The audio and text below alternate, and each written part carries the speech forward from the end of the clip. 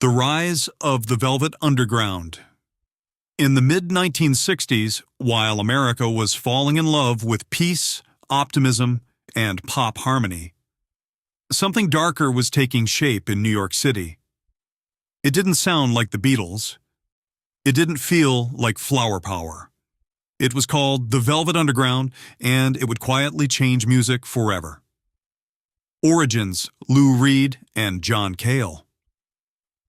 At the center were two very different minds. Lou Reed, a sharp, street-level songwriter obsessed with realism, poetry, and taboo subjects. And John Cale, a classically trained Welsh musician immersed in avant-garde drones and experimental composition. They met in 1965. What followed was not harmony, but tension. And that tension became the band's creative engine. Sound and conflict. Reed wanted songs. Cale wanted sound. Together, they fused literary lyrics with distortion, viola drones, and feedback.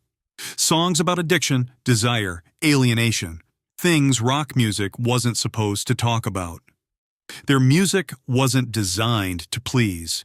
It was designed to confront. And then, everything changed when an artist walked in. Andy Warhol enters. Andy Warhol saw the band and immediately understood them, not as musicians, but as a concept. He became their manager, patron, and shield. Warhol gave them access to galleries, films, and the New York art elite. He also insisted on adding a new voice. Her name was Nico.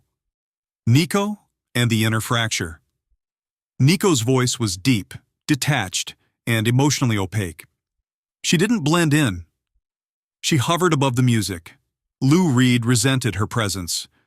John Cale embraced the tension she created. The band fractured internally, creatively richer, emotionally unstable. This friction would define their only album together. In 1967, The Velvet Underground and Nico was released. The cover featured a simple image, a banana, designed by Andy Warhol. It barely sold. It barely charted.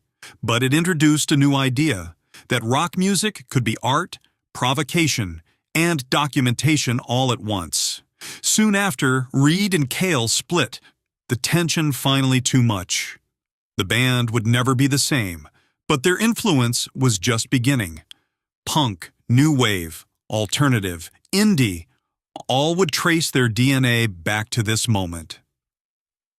As Brian Eno later said, only a few thousand people bought their first album, but everyone who did started a band. The Velvet Underground didn't rise by climbing charts. They rose by changing the rules. And music has never fully recovered.